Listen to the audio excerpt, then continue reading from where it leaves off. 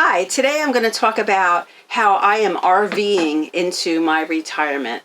I'll talk about the expenses, the income, but come and join me.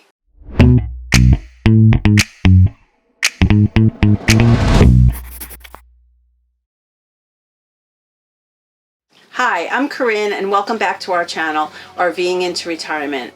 Today I wanted to talk about how I am actually RVing into my retirement. We've talked about it in earlier videos, how we exchange our house for our RV. We exchange those expenses for our RV expenses. But part of the goal is for me to be able to retire. As you know, I'm working full-time and Jim is retired. So I wanted to talk to you about some of the things that I am thinking about and what I'm doing. I'm doing a lot of planning. So I wanted also to let you know I am not a financial expert. I don't know a whole lot about income. I don't know a whole lot about expenses or taxes, but I've paid them all my life, so that's my experience. I am developing a plan that will take me into my retirement. Working full-time now, so I have the income. So I'm just trying to figure out the best way to do that. And I like to look at my expenses from a monthly expense perspective. It just has always been easier for me. I'm not like a long-term planner as far as thinking about my annual and how much and all this stuff. I want to look at it as a monthly, money in, money out. So the first thing I've started doing is looking at our expenses. I have talked about our expenses prior in another video that you can see up here. The first thing I've looked at is what does it cost to live in our house, because our plan is eventually to go back to our house, but I also need to know what it's going to cost to live in the RV, because in the short term I plan on living in an RV. I want to enjoy what we're doing. I'm only able to enjoy a small part of this full-time living. So our house expenses, I want to make them affordable in our retirement. So that's the first thing. I'm not interested in paying off my house. I'm already far gone for that, as many of you might be. We've bought and sold several houses during our lifetime. So I know I'm not going to pay it down. I know I'm not going to pay it off, but I do want to make sure that those expenses are as little as they can be. So one of the things that we just recently, we did it a while ago, but we took advantage of the low interest rates and we refinanced our home. So we know that we'll be going back at the lowest we can go into our house. The other thing that we're doing is we're paying down our debt. We had debt like a lot of people do. We had debt as far as our car. We have our RV, we have our home, and we also have credit card debt. So we were recently able to pay off our car completely, which I was very excited about. We also have paid down almost all of our credit card expense. We have one more to go and we're almost done. We'll be done within the next month or so.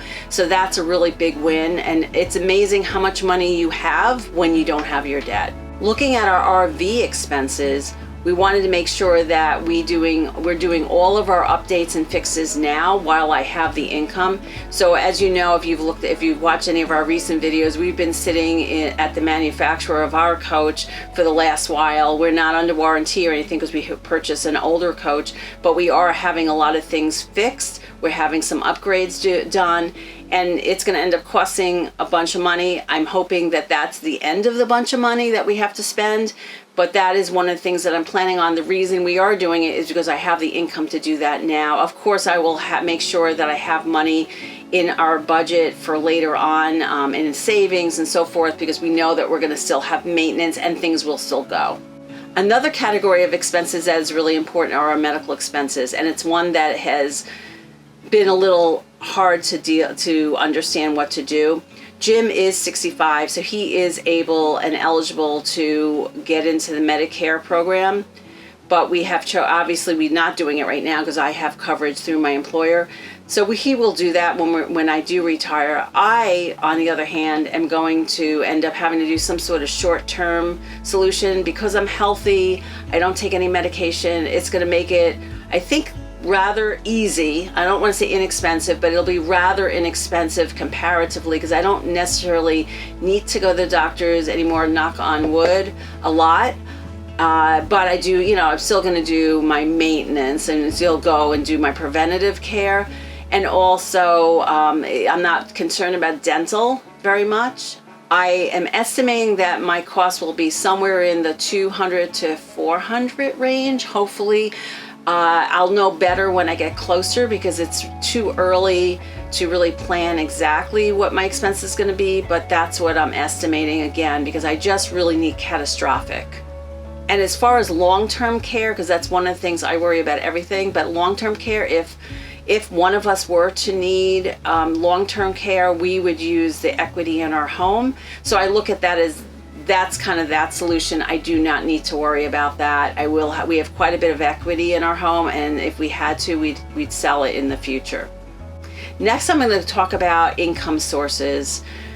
But if you're finding this interesting, what I'm talking about, please think about subscribing and getting notified of our future videos.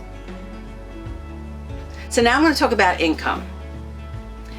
Income sources during retirement are going to have to replace my income, but they're not going to 100% replace. I'm making more than we really need right now, which is actually a really good thing. I didn't know that, honestly, because we had our debt and all that, and all of our money was going towards debt. So now that we've been paying off most of our debt, I'm like, wow, I actually have money. So I realize I actually can live on less than I have, which is a really, really good thing. And it's made me a little more relaxed. And the good news is I've found that I'm going to be able to retire sooner than I originally thought I would be. So I'm really ecstatic about that. So the first category of income is Social Security, of course. And that is, the more we read, the more we talk to people, the more we're learning about it, and we keep learning new things. But I think that we've pretty much settled on our approach, which recently just changed and moved my retirement up 1 year.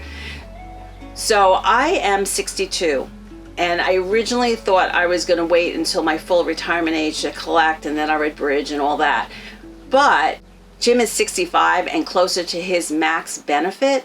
So when we started looking at this, and there's a thing called survivor benefits, which I didn't really understand, we decided that the best way, and there's some calculators out there, but the best way for us with our ages and our income levels is that I am going to start collecting at 62, and I'm going to be 61 soon, so that's not that far away, 14 months away. And Jim will wait until he is 70 so we can maximize that. And that will also help with survivor benefits, because we want to make sure that in the event that one of us does eventually die, that the other one is not left destitute and has enough money. Another income source for me is going to be my pension. I don't have a lot in my pension. It's only a few $100s a month, but I did work for a company earlier in my career that is giving me a pension.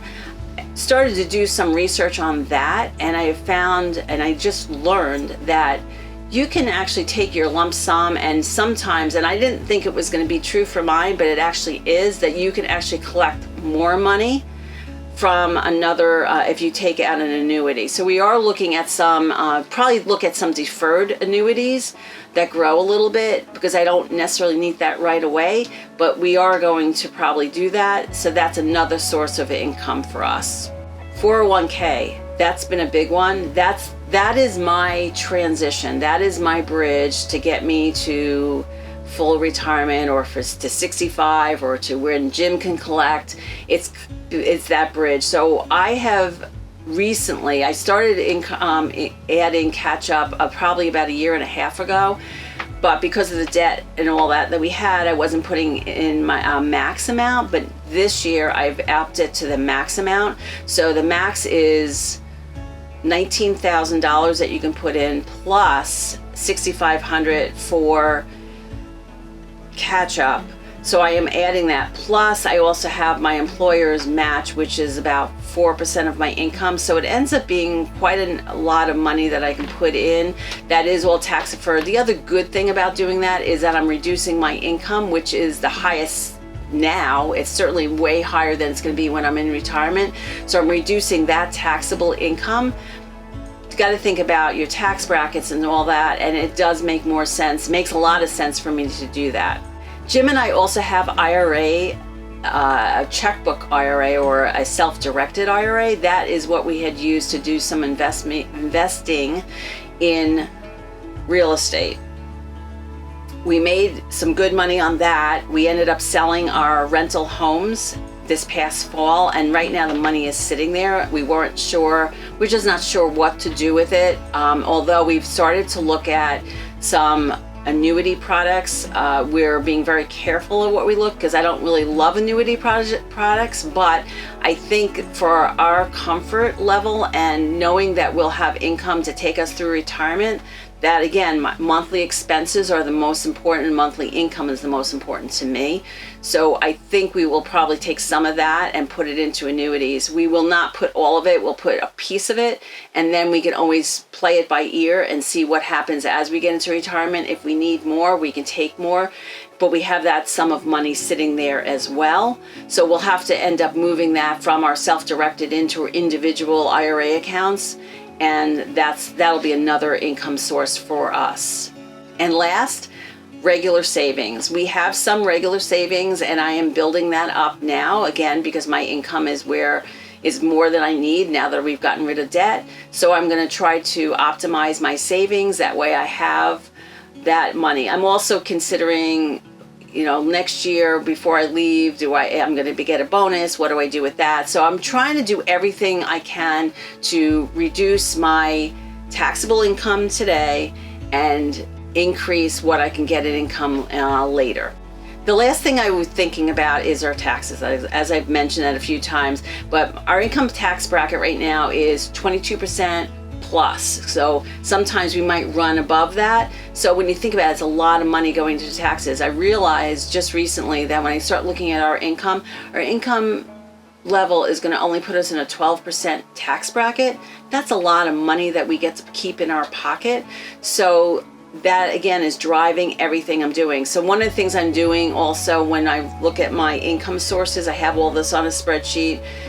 Nothing fancy, just my spreadsheet, but looking at what I believe our taxes are going to be, because I need to know what my net is going to be every month. So I know that Social Security in Arizona and many other states is not taxable, but it is going to still be taxable as far as federal taxes, and then all of our other income sources will be taxable both in Arizona as well as the federal government. So I'm figuring out the 12% tax on that, on those things that are not taxable in Arizona, and then I'm adding like another 3 or so percent, which is probably pretty close, if not a little overestimating what we'll have to pay. And then figuring out what that monthly looks like, and then what our monthly expenses look like, and I'm making sure that I have that gap. But all of this really means that I've had to do a lot of research. It's just a lot of research. I haven't completed my research, but I wanted to let you know, especially because our channel's called RVing into Retirement. I wanted to let you know how I actually am trying to RV into retirement. I love that I can work on the road, but I really would prefer being able to live this lifestyle without that work, because it really does get in the way, as probably most of you know. Anyway, that's all I have for today. I will probably update again maybe in a few months when I know more of what my plan is, because I think it's still evolving. So I'd love to hear if any of you have tips, things that you've learned.